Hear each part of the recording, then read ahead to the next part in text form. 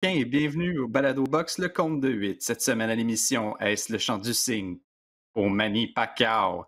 Une soirée de boxe sous les étoiles à Montréal et une revanche importante pour Josh Warrington. Et c'est avec bonheur que je retrouve Monsieur Adrien Meur. Salut Francis, ça va bien? Très bien, merci. Juste avant de commencer, Adrien indiquait que ce que Balado cette semaine est produit en collaboration avec Groupe Yvon Michel. Mais comme à l'habitude, on va revenir sur ce qui a marqué l'actualité des deux dernières semaines avant de passer au gala au Stade d'IGA le 28 août. Il y avait le peut-être possiblement dernier combat de Manny Pacquiao.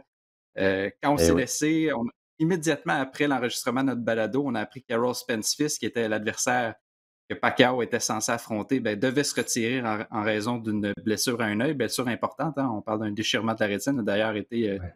immédiatement opéré. Et en demi-finale, il y avait Yordenis Ugas, qui lui aussi, à peu près au même moment, en plus d'apprendre que la finale tombait à l'eau, apprenait que son propre combat tombait à l'eau. Donc, Ouais. les promoteurs de l'événement ont dit, bon, on va faire d'une pierre deux coups, on va prendre deux boxeurs qui sont un peu tristes pour leur moment et on va les réunir. Et Ugas est arrivé avec énormément de respect en disant, ben écoutez, c'est une chance unique dans ma vie d'affronter un boxeur comme Manny Pacquiao. Je suis prêt, je me sens entraîné, puis j'ai hâte au combat. Il n'a pas fait de déclaration incendiaire, n'a pas traité de tous les noms. Et on dit toujours qu'il faut se Oui. méfier hein, de ceux qui ont l'air de rien. Et comme de fait, Ugas a frappé un grand coup samedi soir en l'emportant par décision unanime des juges. Et on se pose des questions à savoir est-ce que c'était le dernier combat de Manny Pacquiao parce qu'on évoque une possible candidature à la présidence des Philippines. Mhm. Et je pense que tu avais souligné, hein, Spence ou peu importe l'adversaire, je pense que la question que tu avais soulevée, c'est pas battu depuis 2 ans et il est âgé de 42 ans et je pense qu'il a eu l'air d'un boxeur âgé de 42 ans samedi.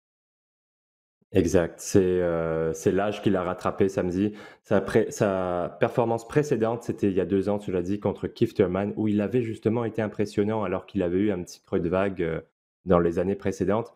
Il avait paru retrouver une seconde jeunesse contre Thurman.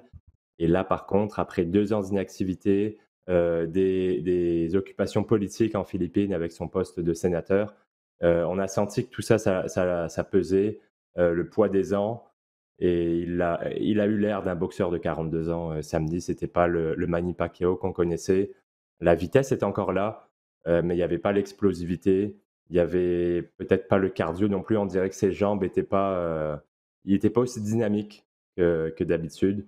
Et ben, quand tu enlèves tous ces atouts-là à Manny Pacquiao, ça fait mal. Et surtout qu'en face, Ugas est loin d'être un mauvais boxeur. C'est un champion du monde. C'est un boxeur qui vient de l'école cubaine, qui a une technique impeccable. Et on a vu aussi la différence de carrure, de physique entre les deux. Ugas est beaucoup plus large, beaucoup plus costaud que Pacquiao. Et il a utilisé cet avantage pour avoir le dessus sur le Philippin. Il a très très bien installé son jab en début de combat. Ça a été, par la suite, ça a été sa main droite qui a fait la grosse différence, mais ça a été le jab qui lui a permis d'installer toutes ses attaques suivantes. Heu, il faut donner du crédit à Augas, mais c'était pas le Manny Pacquiao des belles années, loin de là. Et ça sent vraiment, comme tu l'as dit, la fin d'une légende parce que, il brigue le poste de président aux Philippines et il pourra pas faire les 2 en même temps, bien évidemment. Et même dans ses interviews d'après combat, il a laissé entendre, il a dit: «Il faut que j'écoute mon corps», heu, des choses comme ça où il donne des petits indices sur le fait que c'est probablement la dernière fois qu'on l'a vu dans un ring, mais on garde quand même on ne sait pas ce que les élections vont donner, peut-être qu'il ne va pas les remporter et peut-être aussi qu'un gars qui a la fierté de Manny Pacquiao, il voudra partir, sur une victoire et pas terminer sur une défaite comme ça. Donc ça fait un petit peu mal au cœur, c'est vrai de le voir perdre parce que ça a été pour moi, ça a été un des boxeurs, si c'est pas le boxeur qui m'a laissé les meilleurs souvenirs. On peut parler de la carrière d'un gars comme Mayweather qui est invaincu, mais je trouve que la manière de se battre de Pacquiao, le fait qu'il ait monté toutes ces catégories, depuis les 100, il a commencé à 106 livres, et il a terminé à 147, c'est incroyable. Heu, tout son parcours j'ai un peu plus je vais pas dire de respect parce que c'est pas un manque de respect envers Mayweather, mais je préfère son parcours et sa carrière que celle d'un gars comme Mayweather qui a pris un peu moins de risques, on va dire, que Pacquiao. Et on peut voir la qualité du personnage dans son entrevue d'après-combat sur le ring, où la première chose qu'il a dit, c'est: «Excusez-moi, je suis désolé, j'ai perdu». Normalement, les boxeurs vont contester la décision, vont être un peu bougons, mais lui, il dit: «Ah, il a perdu, mais il est triste pour les gens qui sont venus le voir». Donc ça montre un petit peu le style du bonhomme. Et ben, si c'était son dernier tour de piste, c'est un ticket direct pour le temple de la renommée pour lui. C'est sûr et certain qu'il va être là dès son éligibilité.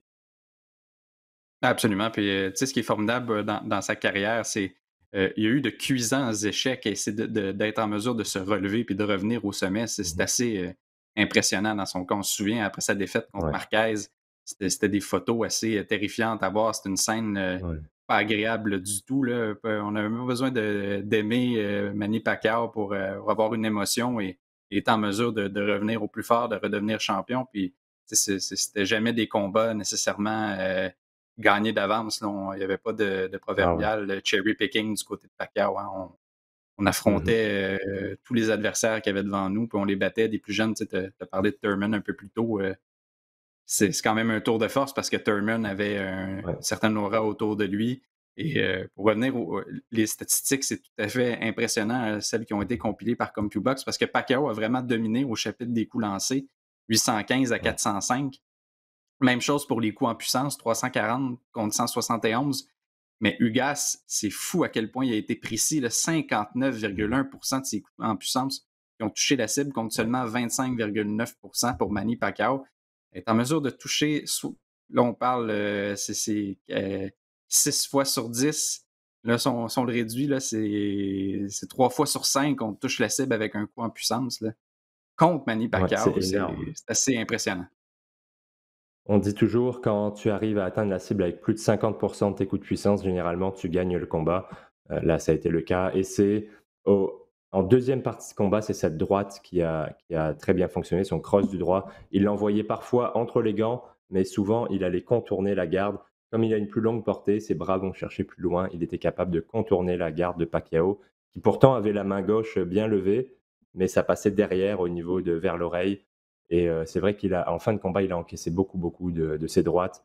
Ougas en abusait parce que ça fonctionnait, quasiment à chaque fois. Mais tout ça part en début de combat, ça a été le jab au corps et à la tête pour empêcher Pacquiao de réduire cette distance. Et ensuite, quand il était un peu plus fatigué, qu'il restait à cette distance, idéale pour Ougas et ben là, il a envoyé plus souvent, cette droite. C'est vrai qu'on parle beaucoup de Pacquiao en disant qu'il a été, diminué, qu'il était vieux, mais Ougas a fait une très belle performance et c'est un boxeur qui est impeccable techniquement. On a vu la garde très, très, hermétique. C'est très compliqué d'aller le toucher clairement, nettement, parce qu'il ne prend pas énormément de risques non plus.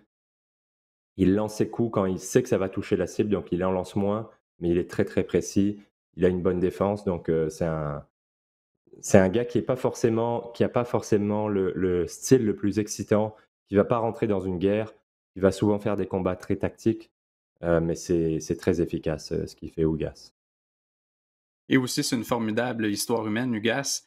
J'ai eu la Ouais. chance d'assister à la conférence téléphonique pour faire la promotion de son combat et lui a eu une longue pause de 2 ans entre mai 2014 et août 2016.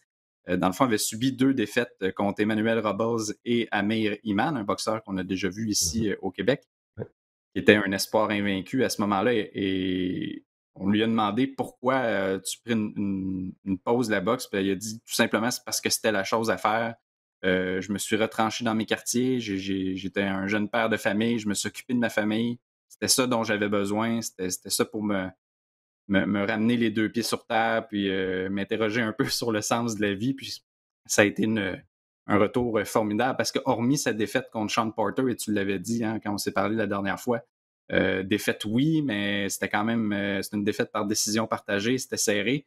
Mais ce boxeur-là, la seule défaite là, à sa fiche depuis ce temps-là. Donc, c'est une très belle histoire là, pour Yordenis Ougas. Et avait été élevé au titre de rang de super champion de la WBA. Bon, on disait c'est peut-être pas nécessairement la ceinture qu'il mérite. On avait enlever la ceinture à Pacquiao, ben là, il a prouvé. Puis d'ailleurs, il l'a Mmh. dit, hein, après son combat, ben c'est moi le champion et je l'ai prouvé ce soir.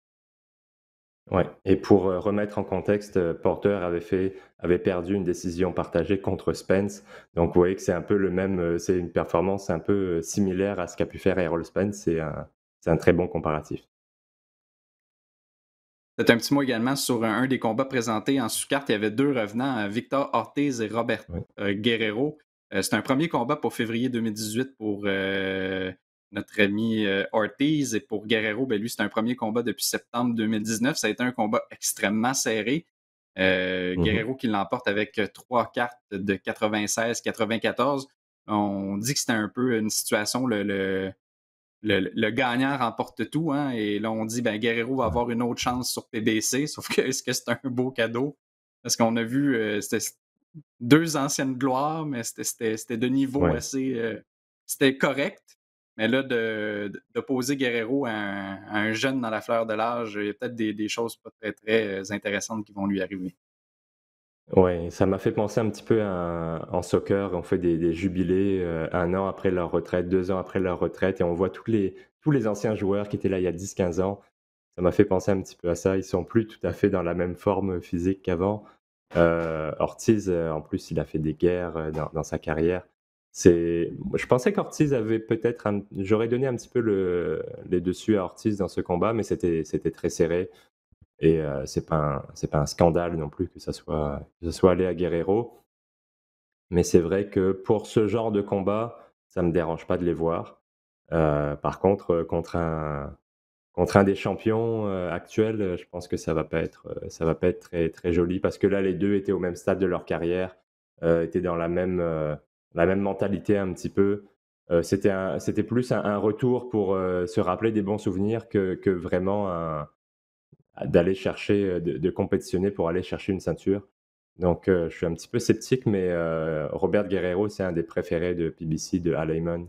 Ça a toujours été il a toujours eu une place, particulière dans son cœur, donc je pense qu'il va tout faire pour lui donner une dernière chance mondiale, mais avec ce qu'on a vu samedi, je lui donne pas énormément de chance contre peu importe qui il affronte, je pense pas qu'il l'emportera, mais ça.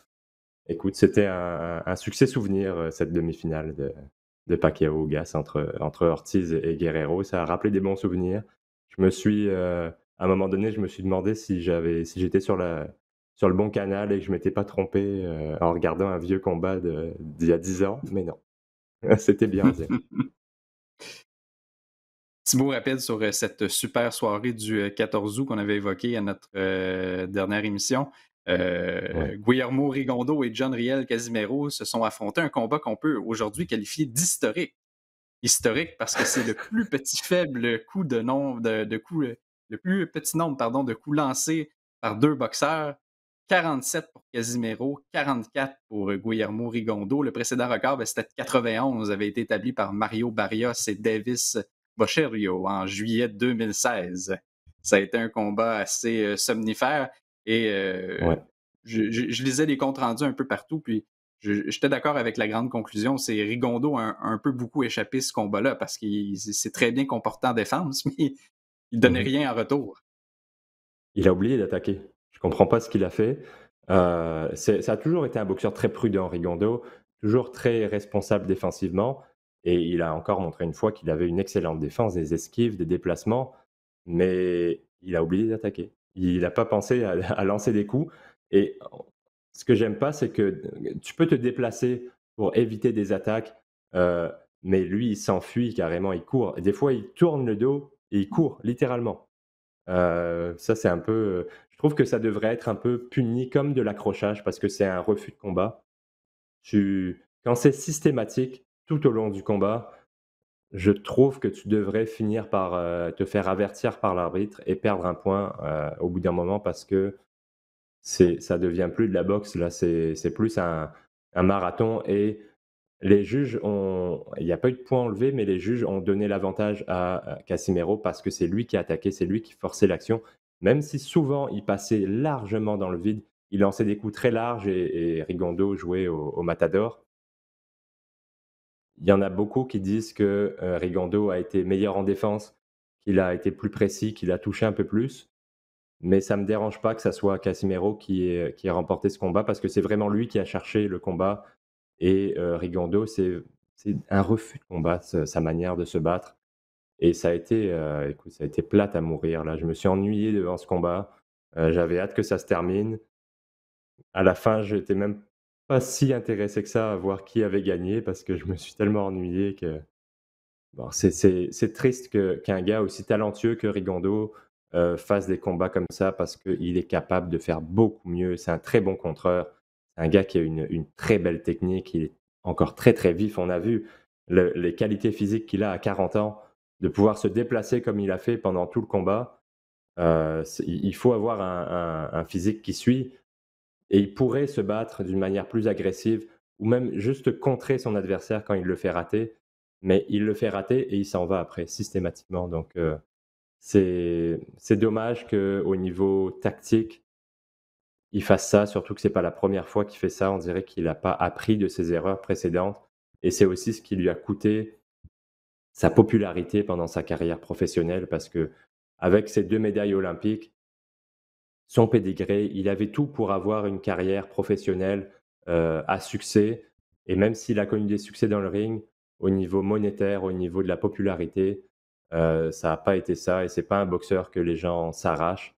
Quand on dit: «Il y a un combat de Guillermo Rigondeaux», les gens se jettent pas, devant leur télé comme ça va être le cas avec d'autres. Par exemple, on va parler tout à l'heure de Vergil Ortiz. Heu, Ouais, ben, parlons-en tout de c'est suite, hein. Victoire par ouais. arrêt de l'arbitre pour lui au 8e round contre Cavalioskas, ben, c'est une autre étape de franchie pour Ortiz et on est impatient de le voir, combattre contre, un détenteur de ceinture. Ouais, ça a été pour moi une performance, très, très impressionnante comme toutes celles de Victor Ortiz, mais de Vergil Ortiz, pardon. Mais là, avec l'adversaire qui était en face, Cavaliauskas, ça s là où on peut s'amuser, c'est que le seul qui a battu Cavaliauskas avant, Ortiz, c'est Terence Crawford. Il l'a battu par KO au 9e round. Ortiz, lui, l'a battu par KO au 8e.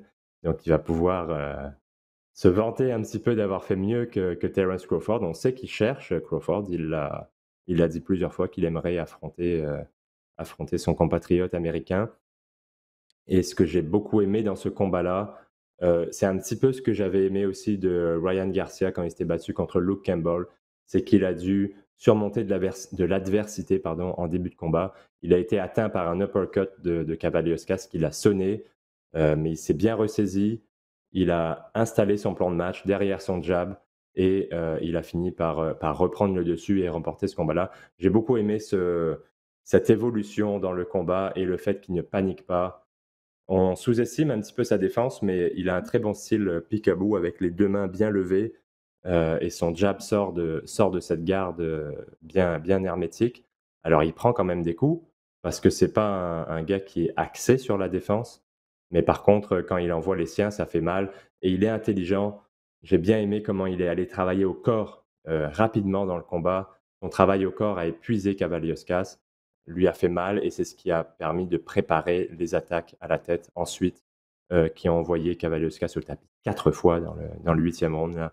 Dès qu'on voyait que Cavaliauskas avait plus grand chose, physiquement, dès que les coups arrivaient, ça lui faisait très mal et il allait au tapis donc j'ai été encore une fois très, très impressionné par, Ortiz. 23 ans seulement, 18 KO en 18 victoires. Ça commence à faire, surtout que là, pour lui maintenant, eh ben, c'est la crème de la crème parce que là, c'est un ancien aspirant mondial qui vient d'affronter et de battre, comme il faut, par KO. Je pense que maintenant, on va le voir contre les plus grands de la catégorie, pourquoi pas contre les champions tout de suite. J'espère qu'il va prendre un ou 2 combats avant d'affronter un gars comme, Terence Crawford, mais il est prêt. Il est prêt pour la suite, il est prêt pour l'élite et je pense que c'est un des boxeurs qu'on va voir. On va en parler pendant encore, 10-15 ans. Il va être là pour longtemps parce qu'il a tout. Il a tous les atouts pour être une star, pour être une vedette et tu vois, quand on parle des jeunes qui montent et qui maintenant passent tous un palier plus ou moins en même temps, heu, j'aime beaucoup ce qu'ont fait Ortiz et Garcia, Ryan Garcia, c'est de se battre contre des gars qui sont de la catégorie dans laquelle ils sont. Luke Campbell avait une carrure, qui se comparait très bien à celle de Garcia. Là, pareil, Kavalioska, c'était même un peu plus costaud que Ortiz.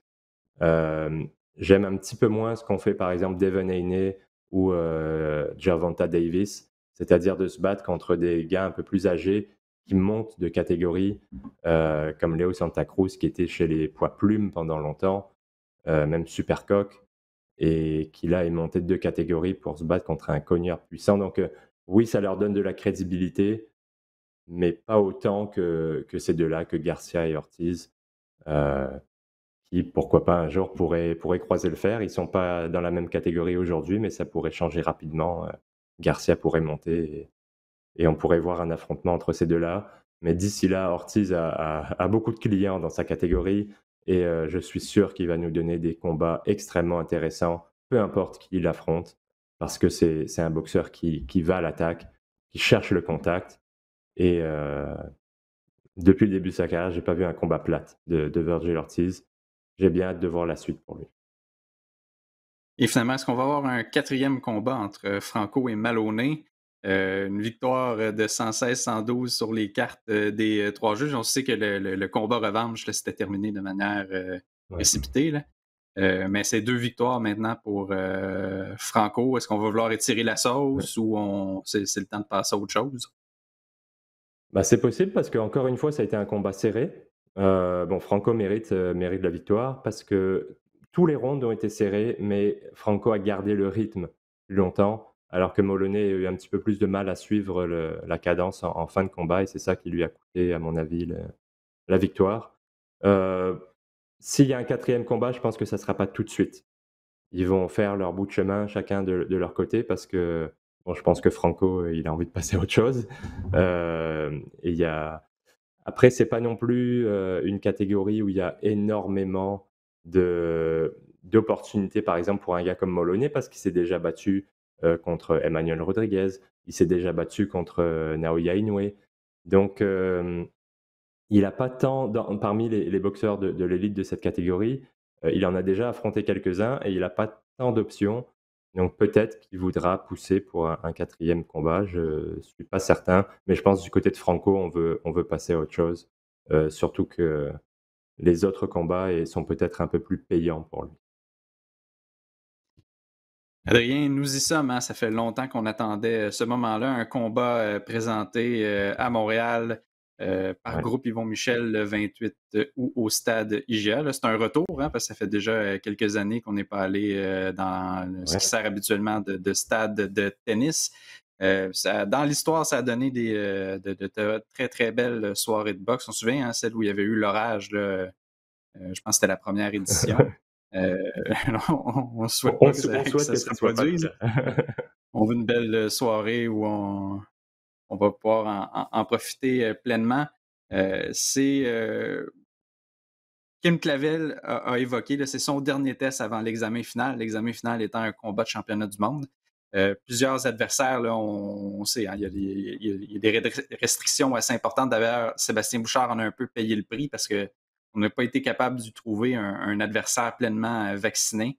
On soulignait, notre ami Mathieu Boulay évoquait dans un article à quel point le travail des matchmakers québécois, là, c'était Stéphane Loyer et Vincent Morin, est extrêmement compliqué. Parce que oui, au Canada, ceux qui le désirent ont un accès assez simple au vaccin, mais il y a certains pays dans le monde où c'est pas nécessairement la même chose. Et là, on comprend qu'au Mexique, qui est un bassin d'adversaires absolument c'est gigantesque pour la boxe Ouais. québécoise, ben là, on a de la difficulté à trouver des adversaires. Donc, Clavel, il y a eu plusieurs noms qui ont été évoqués. Même quand il y a eu la conférence de presse pour annoncer le combat, Yvon Michel a dit c'était quelqu'un hier, là, c'est quelqu'un aujourd'hui, et ça va probablement être quelqu'un d'autre demain. Et c'est ce qui est arrivé finalement. Ouais. Il semble que ce sera Maria Soledad Vargas. C'est un combat pour la ceinture d'argent des mimouches du WBC. Euh, Ce qui est intéressant dans le cas de Tim Clavel, c'est qu'elle a vraiment franchi toutes les étapes avec succès. Tu sais, toute comparaison est toujours très, très boiteuse, mais quand tu parlais de Virgil Ortiz tantôt, c'est ça, hein, c'est une étape à la fois et on sait que Mmh. c'est un diamant brut qu'on a entre les mains, puis on le polie une petite étape à la fois. Même si des fois, il y a peut-être des considérations financières, dire oh, on va tout de suite aller chercher le gros combat, non. on prend notre temps, on fait en sorte que la personne soit bien établie dans l'industrie de la boxe et se fasse connaître par les amateurs, disent: «Oh, ben là, il a battu Cavalier-Scaz d'une manière assez exclusive, il a battu un round plus vite que Crawford». Dans le fond, on s'assure de faire grandir le bassin de partisans. Dans le cas de Tim Clavel, on a été très prudent. Il y a eu un changement de promoteur en cours de route, mais du côté d'Yvon Michel, ben, dans le fond, on a toute une expertise qui a été développée avec Marie-Ève Dicker, hein, qui Ouais. est devenue championne du monde. Bon, s'est incliné dans un combat d'unification contre une athlète qui est, je crois, largement supérieure Ouais. à la moyenne, hein. D'ailleurs, elle est maintenant dans le monde des arts martiaux mixtes avec la PFL. Mmh. Donc, on sent, là, avec Kim Clavel, il y a plusieurs bonnes habiletés. On a une équipe très, très solide autour d'elle et je pense que c'est justement une occasion de voir tout le travail qui a été fait là, durant les derniers mois, les dernières années là, pour arriver à un grand moment qui est un combat de championnat du monde.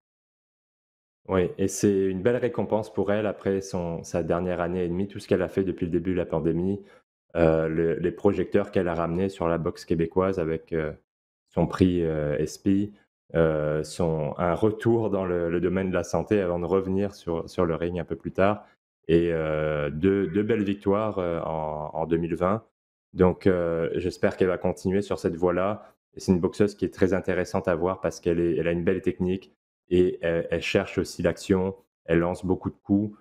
C'est toujours, je trouve que ces combats sont intéressants et en face, Vargas, c'est aussi une boxeuse qui cherche l'action, qui lance des combinaisons. Donc, c'est une adversaire qui est là pour faire un combat intéressant aussi. C'est pas quelqu'un qui va fuir le combat, Vargas. Et je pense que Clavel a un avantage pardon, au niveau de la vitesse, de la technique. Mais attention, Vargas, elle est dure au mal, elle peut prendre des coups. C'est une bonne encaisseuse et elle lance des combinaisons. Donc attention à ne pas partir des échanges interminables avec elle parce qu'elle est capable de frapper assez solidement aussi. Je pense quand même que Clavel va l'emporter avec ce. Elle a une intelligence de boxe supérieure. Elle va avoir un plan de match, elle va le suivre. Je pense que pour elle, il faudra installer son jab et descendre au corps, aller travailler au corps pour saper un petit peu l'énergie de Vargas. Mais j'ai confiance parce que toutes les performances qu'elle a faites, surtout la dernière, sur ESPN, elle a été impeccable, Kim Clavel. Donc je m'attends à une performance du même acabit, au stade, à Montréal. Ben, d'ailleurs, toute la pandémie est vraiment mal tombée pour elle parce que dans la foulée de sa victoire dans ce combat qui avait été présenté aux États-Unis, on sentait qu'il y avait ça pouvait décoller, mais malheureusement, il n'y a pas de la place pour tout le monde. Et bien évidemment que Top Rank, en vertu de son entente avec ESPN, va favoriser son imposante écurie de boxeurs au lieu Mmh. d'outsiders. Et une boxeuse comme Clavel, ben on veut pas l'amener comme négligé parce qu'on connaît tout son talent, on sait tout ce qu'elle est capable de faire. Fait qu'on veut pas non plus arriver et dire bon ben on met une place à une de nos boxeuses, mais on lui fait affronter Clavel, c'est pas nécessairement un cadeau qu'on lui fait. Donc Ouais. ce sera là aussi ce qui est intéressant, c'est de mener toute la promotion d'un événement. Là, ça fait déjà plusieurs semaines qu'elle est dans les médias, accorde des entrevues. Et c'est important cet aspect-là pour savoir est-ce qu'on est capable de gérer la pression dans un combat de championnat du monde. Et dans le fond, c'est un peu c'est une avant-première, hein, de se dire, ben, la journée qu'on va être Ouais. rendu en combat de championnat du monde, ben, il y a pas juste les aspects techniques dans le ring sur lesquels on travaille déjà plusieurs années, mais est-ce qu'on a commis des erreurs, des impairs dans la préparation? Est-ce qu'on a accordé trop d'entrevues? Est-ce que on a fait trop d'activités promotionnelles? Parce on sent qu'elle est un petit peu hyperactive, un peu comme Marie-Ève Dicker, hein, elle est toujours prête Mmh. à, disons, à collaborer, là, puis c'est tout en son honneur, là, parce que les athlètes sont sollicités de toutes parts, puis on sait qu'ils ont, en plus du travail de promotion, un travail de préparation qui est assez important. Puis tu sais, ce travail de préparation-là, on l'a vu avec Errol Spence, ça n'arrête pas un mois avant, là. C'est jusqu'à la dernière seconde, on fait des ajustements, les entraîneurs ben, vont regarder des bandes vidéo, vont développer la stratégie, on essaie de faire un peu des répétitions mentales pour se préparer. En plus, on est dans un environnement qu'on ne connaît pas. On nous a souvent dit, ben, quand on se bat au Centre Bell, on sait exactement le vestiaire est situé à quel endroit. On sait, on connaît tout le monde, on connaît le personnel qui est là, on sait comment ça va se passer, il n'y aura pas de surprise. Là, au stade d'IGA, ben, c'est ce qui fait le charme, hein, il y a une part d'imprévisibilité s'il y a de la pluie, comment on réagit, si de la chaleur, alors on sait que c'est particulièrement insupportable à Montréal ces derniers jours. Là, Ouais. la météo est changeante, évolue. Là, on ne peut pas faire des prédictions sur ce qui va arriver samedi. Là, ça sert absolument à rien, mais on peut s'imaginer, là, si on se fie à ce qu'on vit depuis les derniers jours, là, c'est particulièrement chargé. L'humidité est dans Mmh. le tapis. C'est pas évident. Que ce soit des rounds de 2 ou 3 minutes, là, on va être exténué là, au bout de ce combat-là si on se bat dans des conditions comme celle-là. Ouais, les spectateurs dans les gradins vont transpirer aussi, donc sur le ring, ça va être intense si c'est les mêmes chaleurs qu'il y a eu, dans ce week-end. Mais c'est vrai que quand tu te bats à la maison, tu as toujours quelque chose en plus et on voit souvent des boxeurs qui vont un peu à partout, ça fonctionne très, très bien et quand ils arrivent à la maison, boum, là, ils ont une performance nettement moins bien parce qu'ils ne sont pas complètement concentrés sur le combat. Quand elle est allée dans la bulle, à Las Vegas, elle avait que ça, elle avait que le combat, elle devait s'inquiéter que de ce qui se passait sur le ring, alors que là, il y a beaucoup plus de choses autour. C'est vraiment une question de concentration, de concentrer toutes ses énergies sur le combat et bah, ça, c'est un excellent entraînement, pour un combat de championnat du monde, d'une ceinture qui sera pas silver cette fois-ci, mais qui sera, la ceinture régulière de champion du monde, de championne du monde. Donc c'est un super bon, une bonne préparation pour elle et par contre, il ne faudra pas sous-estimer Vargas parce que c'est une boxeuse qui a de l'expérience et qui est capable de venir embêter, Kim Clavel.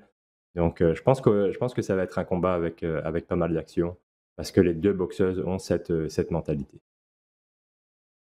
Une carte qui va également mettre en vedette Marie Pierrot, hein, qui avait été très impliquée dans la Mmh. boxe au Québec, Maslow McDennis, le poids lourd Alexis Barrière, hein, dont on dit beaucoup de bien, Samuel Mmh. Lajoie, Petar Gavrilovic. On sent, on commence à amener des nouveaux boxeurs. On est dans un cycle. Hein. Chez Jim, il y a certains boxeurs, bon, on comprend. Le Eléder Alvarez, on ne sait pas trop, on n'a pas eu de nouvelles, on ne sait pas ce qui se passe avec lui, mais les athlètes vieillissent, puis faut préparer la relève. Hein. Les Jeux olympiques de Tokyo viennent de se terminer. Forcément, il y en a qui vont passer chez les professionnels. On va être à l'affût. Il y a des nouveaux talents qui émergent toujours de toute manière. Et Michael Zouski, qui est le cas le plus intéressant sur cette carte. Pour lui, c'est un Mmh. passage officiel chez les 154 livres. C'était déjà battu des fois une limite négociée là, de 151 ou 152, par exemple. Ben là, on dit vraiment, on veut tenter la chance chez les 154 livres, qui n'est pas une catégorie aussi payante et spectaculaire que les 147. On voit avec tous les noms qu'on connaît. Et on a Ouais. tenté notre chance justement contre un boxeur comme Cavalioskas. Malheureusement, bon, avait un peu manqué d'essence dans le réservoir. On sentait que c'était peut-être un peu plus difficile pour lui de respecter la limite de 147. Forcément, en vieillissant, ça demande plus. On sentait peut-être un peu de manque d'énergie au fur et à mesure que les rounds défilaient parce que contre Cavalioskas, c'est quand même en avance sur 2 des 3 cartes des juges au moment de l'interruption. Donc, ça veut Mmh. quand même dire quelque chose. Son talent n'a jamais fait aucun doute. Des fois, c'est juste qu'on arrive dans l'automnoir de la crème et ben, on subit la défaite et on n'est pas nécessairement un plus mauvais boxeur à cause de ça. Mais là, on y va avec un nouveau départ chez les 154 livres et on a déjà annoncé qu'on ne veut pas trop perdre de temps parce que veut pas, Mikael Zouski vieillit. D'ailleurs, attend son deuxième enfant. On n'a jamais douté qu'il commençait a toujours eu en filigrane son après-carrière. Tu sais, c'est quelqu'un qui pourrait facilement évoluer dans le monde des communications, a toujours eu le verbe très facile. C'est un Mmh. excellent vulgarisateur de boxe. Mais on a l'impression, on veut se donner une dernière chance d'aller chercher ce titre de champion du monde. 154 livres, c'est une catégorie qui est compétitive, mais qui est d'un autre côté assez ouverte parce qu'on sent des fois que cette passage, on avait vu un des Charlo qui a été champion à Ouais. 154, ben, dans le fond, c'est un tremplin pour être champion à 160, qui est une catégorie un peu plus historique et suivie. Mmh. On commence avec un combat de 8 rounds contre un adversaire qui se prénomme, je l'ai tout juste ici Dylan devant moi. Loza. Voilà, merci Dylan Loza. donc, ben, combat de 8 rounds, ce sera question de tâter les eaux et de savoir qu'est-ce qu'il y en est. Et surtout, comment on va se comporter et comment sera la suite. Si on est capable de. Tu sais, on avait, Kazuski avait quand même affiché par moment une belle puissance là, à 147 livres, mais si on va être capable Oui. de transposer tout ça puis d'être aussi à l'aise à 154. Et tu as dit cette défaite contre Cavalioskas, elle lui a apporté peut-être plus de crédit que certaines, victoires parce qu'on a vu ce que Cavalioskas a fait contre Crawford. Il a mis Crawford en difficulté en début de combat.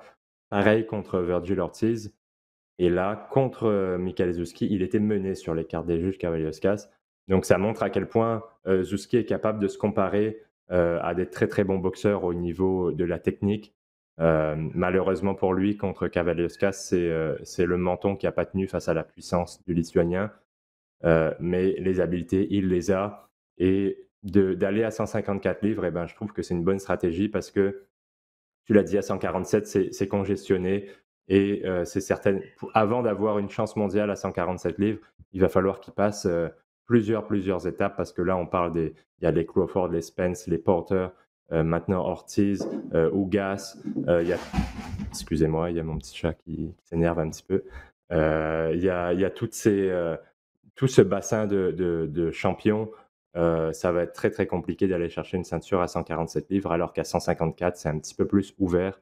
Donc je trouve que c'est une bonne stratégie, pour la deuxième partie de sa carrière, si tu veux, d'aller chercher un titre, peut-être pas forcément les combats les plus payants, mais d'aller chercher une ceinture, d'aller chercher cet accomplissement, pour couronner sa carrière, si tu veux.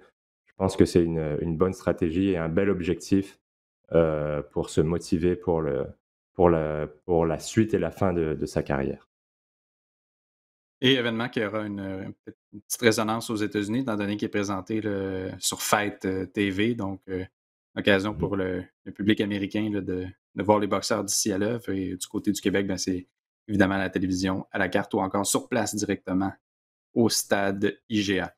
Il y avait un événement sur la scène internationale que j'attendais quand même avec une certaine, je te dirais, Adrien, appréhension, parce que c'est deux boxeurs assez spectaculaires. Ben, d'un côté, David Benavidez, c'est un boxeur invaincu qui possède beaucoup de qualités. De l'autre, Ozzy Ouzkategui, on avait l'impression, lui, ben, était devenu champion du monde, a accompli ce qu'il avait accompli, puis après ça, ben, zoup, on passe à autre chose dans sa carrière. C'est Ouais. Ça a été un peu décevant. Devait se retrouver dans un combat éliminatoire des super moyens du WBC. Pour Benavidez, lui, techniquement, là, c'est une troisième course à la conquête de sa ceinture, mais il n'a jamais été battu. Il faut savoir, a testé positif à la cocaïne en 2018 et avait été trop lourd de plus de 2 livres contre Romer Angulo Alexis en septembre 2019. Mais Benavidez a contacté la COVID-19 et là, il n'y a toujours pas de date de retour. Toute la carte qui reposait sur ces deux boxeurs-là, ça devait être présenté à Phoenix, mais ça a été annulé. On ne sait pas quand ça va être repris. Mmh. Là. C'est un peu de dommage parce que c'est un combat on a toujours eu beaucoup d'intérêt aussi au Québec pour les 168 livres, donc on attendait ça et ça n'aura pas lieu. Donc, on va se rabattre sur les autres événements. Ça va donner toute la place à Jake Paul le dimanche soir. On va voir attiser la flamme là, et Ouais. être prêt. Deux petits événements là, dont je voulais rapidement parler. Ben, il y a Eye of the Tiger qui présente une carte sur Punching Grace à compter de vendredi 17h30. C'est présenté au Mexique. C'est Steve Claggett qui affronte Emmanuel Lopez en finale. Pour le Dragon, c'est un combat de retour. On se souvient, il avait perdu contre Mathieu Germain par décision partagée en mai à Québec. Il avait été un peu pas mal dépité après sa défaite. Hein. Je trouvais qu'il y avait vraiment. Je ne comprenais pas trop ce qui s'était passé. Et là, il y a le fameux proverbe en anglais qui dit si vous n'êtes pas capable de les battre, ben, joignez-vous à eux. Et là, ça s'entraîne maintenant. Underdog fait un stage de perfectionnement coin Saint-Laurent-Sainte-Catherine ici à Montréal et affronte un boxeur qui est assurément prenable en Lopez, qui a perdu ses 3 derniers combats, 7 de ses 10 derniers. C'est un boxeur qui a déjà été champion, a déjà été une ceinture intérimaire chez les Super Plumes, mais ça remonte à plusieurs années déjà, c'était en 2015. Donc, et sinon, ben, sur la carte, hein, c'est des boxeurs qu'on connaît. On a une formation assez complète. Hein. On a plus d'une trentaine de boxeurs sous contrat. Donc, on va pas voir à l'œuvre Thomas Chabot, David Duval, Luis Santana ou encore Christopher Guerrero pour ne nommer que ceux-là. Autre événement à surveiller samedi 4 septembre, ça va être du côté de DAZN, compté de 14 heures. C'est Mauricio Lara qui affronte Josh Warrington. C'est un combat revanche. Hein. Les deux Ah. boxeurs s'étaient affrontés en février et Lara avait infligé à Warrington sa première défaite en carrière. Et Warrington, Surprise. c'est une sorte de surprise parce que Lara sortait un peu beaucoup de nulle part. Et Ouais. Warrington, lui, s'était, je trouve, formé là, un CV intéressant dans la mesure où il Mmh. avait battu plusieurs boxeurs qui sont reconnus, je dirais, qui ont une certaine crédibilité sur la scène britannique.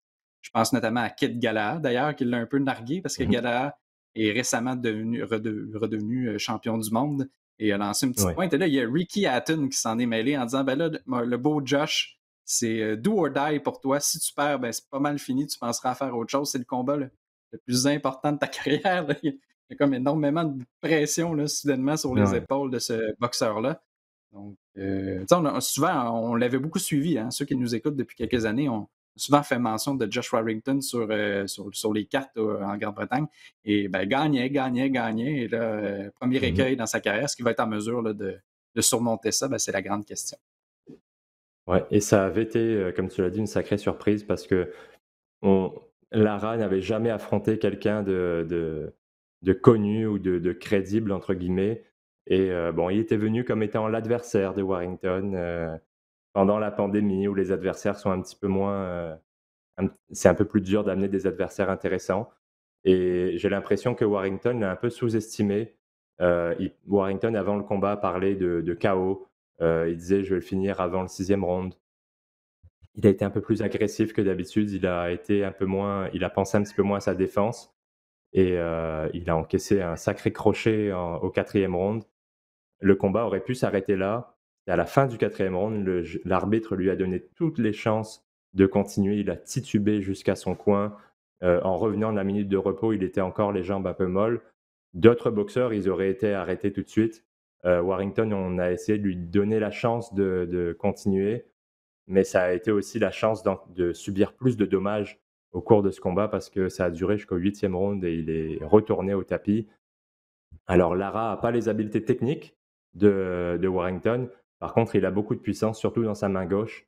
Il envoie bien le crochet autant en bas qu'en haut et mais cette fois, je pense pas que Warrington va refaire les mêmes erreurs. Il est conscient maintenant de la puissance de Lara, il est conscient de ses meilleurs coups, de son style de boxe, donc il va pas retomber dans le même piège à mon avis. En tout cas, il s'est déjà brûlé une fois, donc je pense qu'il va être beaucoup plus prudent cette fois-ci. À surveiller également sur cette carte, c'est assez rempli. Il y a Caddy Taylor qui défend ses titres chez les poids légers. Là. Sauf erreur, c'est la quatrième fois qu'elle met toutes ses ceintures à l'enjeu. C'est quand même assez, toujours très impressionnant là, quand un athlète Ouais. est rendu à ce niveau. Et sinon aussi Connor Ben, qui est lui le fils de l'ancien Ouais. champion Nigel Ben. Il affronte Adrian Granados, un boxeur qu'on a déjà vu ici hein, à Québec en novembre 2015. Mmh. J'évoquais à Merriman un peu plus tôt. Ben, il l'avait surpris. Iman, qui était Ouais. un des derniers boxeurs là, de Don King, et c'est un peu tombé des nues. Et en début de carrière, Granados, ben, c'était pas une fiche parfaite, mais quand il perdait, c'était soit par décision partagée, soit par décision majoritaire. C'était excessivement compliqué de se battre contre lui. Là. C'était loin d'être une partie de Mmh. plaisir. Là, Ouais. il a comme gagné une Les renommée. On l'a amené contre des adversaires un peu plus sérieux. Et là, ben, c'est des défaites qui sont un peu plus larges, entre guillemets, toujours Mmh. compétitifs. Mais là, je commence à me demander si le poids des années n'est pas en train de peser un peu trop lourd là, sur les épaules de Granados, qui est un boxeur spectaculaire, mais on a toujours l'impression que ce combat de trop là, va peut-être arriver pour lui.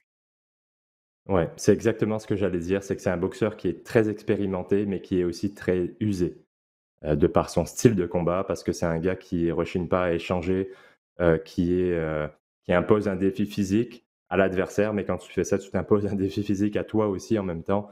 Donc j'ai l'impression on voit pas le même Granados qui a 5-6 ans, parce qu'il a pris beaucoup de coups entre-temps. Il y a eu des KO aussi, ça fait jamais du bien et en face, eh ben, Conor Benn, c'est un jeune boxeur qui commence à monter, à la marche supérieure.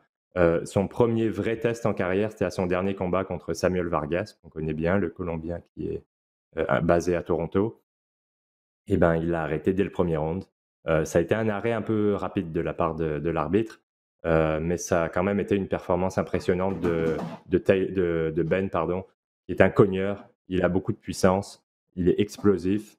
Donc maintenant, face à un boxeur, j'ai l'impression qu'on veut lui donner des rounds, d'essayer de voir s'il peut tenir le rythme sur la durée et Granados, on connaît sa durabilité, c'est un gars qui est capable de prendre des coups et de rester dans le combat. Donc j'ai l'impression que c'est ce qu'on va rechercher un petit peu dans ce combat.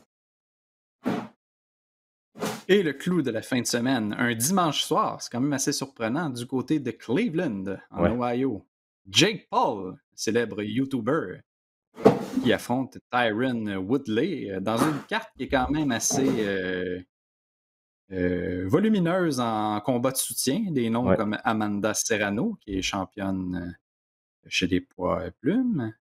Vous avez Mhm. également Daniel Dubois, le poids lourd, hein, qui poursuit son retour. On se souvient, s'est incliné contre Joe Joyce, mais est revenu avec une victoire contre Bogdan Dinu, hein, le Roumain qui a déjà Ouais. été établi ici au Québec. Euh, également Ivan Baranchik, qu'on a déjà vu pendant la Super Série mondiale de boxe. Voilà, le Ouais. YouTuber, c'est comme ça C'est que ça fonctionne maintenant dans le monde de la boxe. Au début, c'est le YouTuber honnêtement, qui amène les boxeurs. voilà, au début, je m'en moquais bien, mais à un moment donné, faut aussi être de son temps, dans la mesure où je dis pas que d'un point de vue sportif, puis je pense que tu connais bien Tyron Woodley, là, qui est un Ouais. combattant d'arts martiaux mixtes, mais c'est surtout, tu sais, c'est une question d'argent. Puis, un peu comme le phénomène des plateformes comme YouTube et Twitch, on peut pendant un temps s'en moquer parce que c'est nouveau, ça fait partie de la vie, ou souvent c'est des sujets qui sont pas nécessairement très, très grand public. Tu sais, je pense Twitch, c'est une plateforme qui s'est énormément développée autour de la diffusion en continu de joueurs de jeux vidéo. Bon, Mhm. YouTube, on peut se moquer du contenu qu'on y retrouve et tout, sauf que l'argent est là. Puis, la boxe, il n'y a personne qui fait ça pour la bonne volonté ou n'importe quoi. C'est un moyen de gagner sa vie. C'est un moyen très honorable de le faire. On voit ici hein, nos boxeurs qui travaillent d'arrache-pied en gymnase, qui s'entraînent, qui font des sacrifices importants dans leur vie. Ben, c'est pour la gagner. C'est très noble de le faire.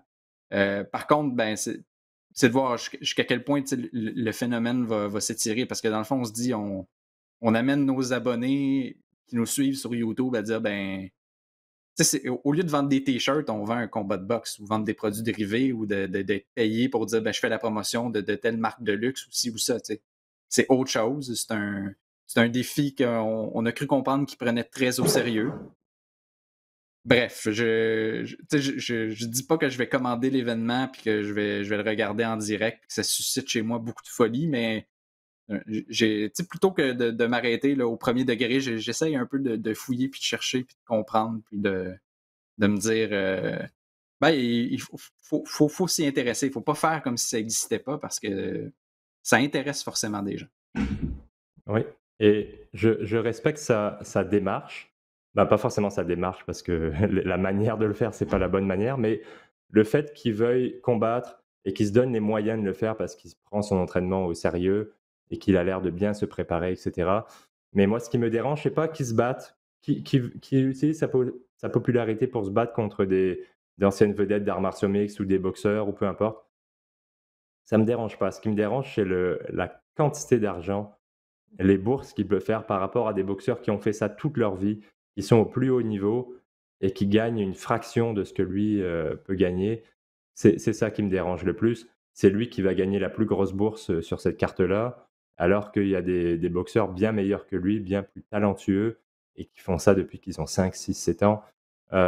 C'est ça que je trouve un petit peu insultant pour ces boxeurs professionnels, c'est que c'est un gars qui est arrivé très tard dans ce sport, qui fait plus d'argent que n'importe qui d'autre. C'est un petit peu désolant pour ces athlètes-là, mais au moins là, c'est un combat, son dernier combat, c'est contre Ben Askren qui est le pire striker de l'histoire de l'UFC à mon avis. Même Damien Maia était meilleur que lui debout. Alors que là, Tyron Woodley, c'est un gars qui a de la puissance. C'est un gars qui cogne. Il avait mis KO Robbie Lawler pour remporter le titre des mi-moyens, l'ancienne ceinture de Georges Saint-Pierre. C'est un lutteur à la base, mais c'est un gars qui a beaucoup de puissance, qui est explosif. Mais il a eu des problèmes de cardio dans sa carrière d'arts martiaux mixtes. En fin de combat, il se fatigue tout le temps. La boxe, c'est pas le même type de cardio que les arts martiaux mixtes, donc je pense que il risque de fatiguer un peu en fin de combat, mais c'est le genre de boxeur qui peut te mettre KO au premier round. un genre de combattant plutôt, qui peut te mettre KO au premier round. Après, Jake Paul, il fait exprès, il est beaucoup plus costaud, hein, c'est un gars qui fait 200 livres. Woodley se battait à 170, donc il prend des combattants moins gros physiquement que lui.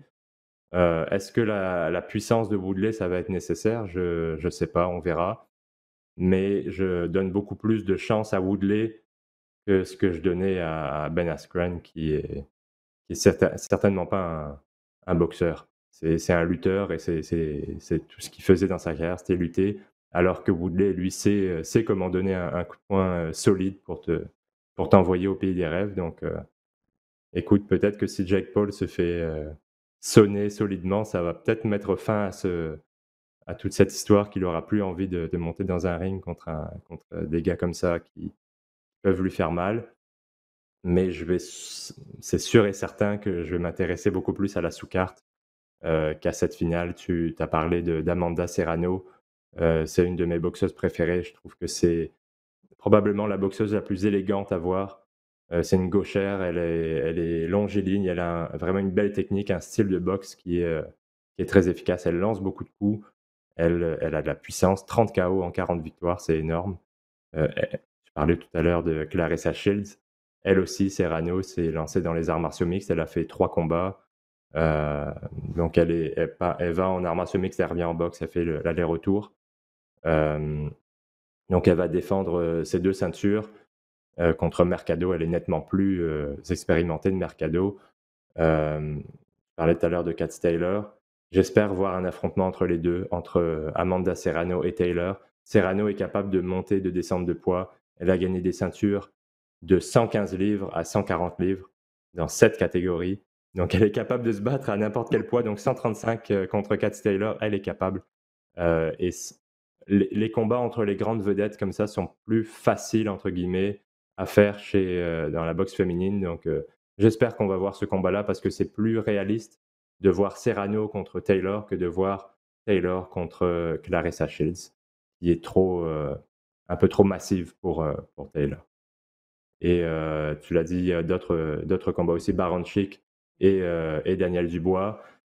Bon, Dubois, il a déjà battu des adversaires. Là, il se bat contre un boxeur qui s'appelle Joe Cusumano, un Américain.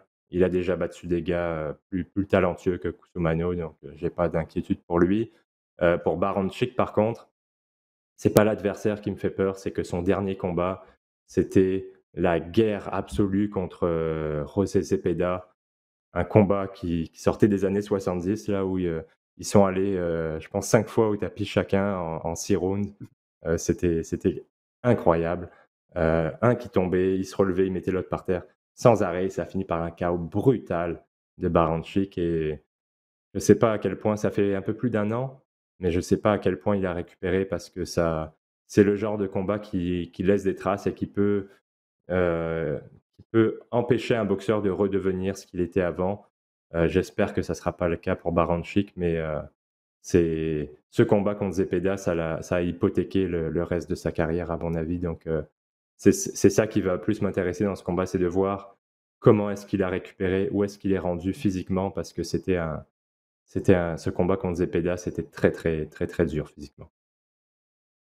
Adrien, c'est ce qui fait le tour complet pour l'actualité cette semaine. Mais comme à l'habitude, on vous invite à visiter le rds.ca/balado-diffusion ou encore la plateforme iHeartRadio pour découvrir tout le contenu qui vous est proposé. Donc, au nom de Luc Dansereau à la production, Alex Gagnon à la réalisation et mise en onde et d'Adrien Meur, ici Francis Parquin qui vous remercie d'avoir été des nôtres et qui vous dit à bientôt. Ciao.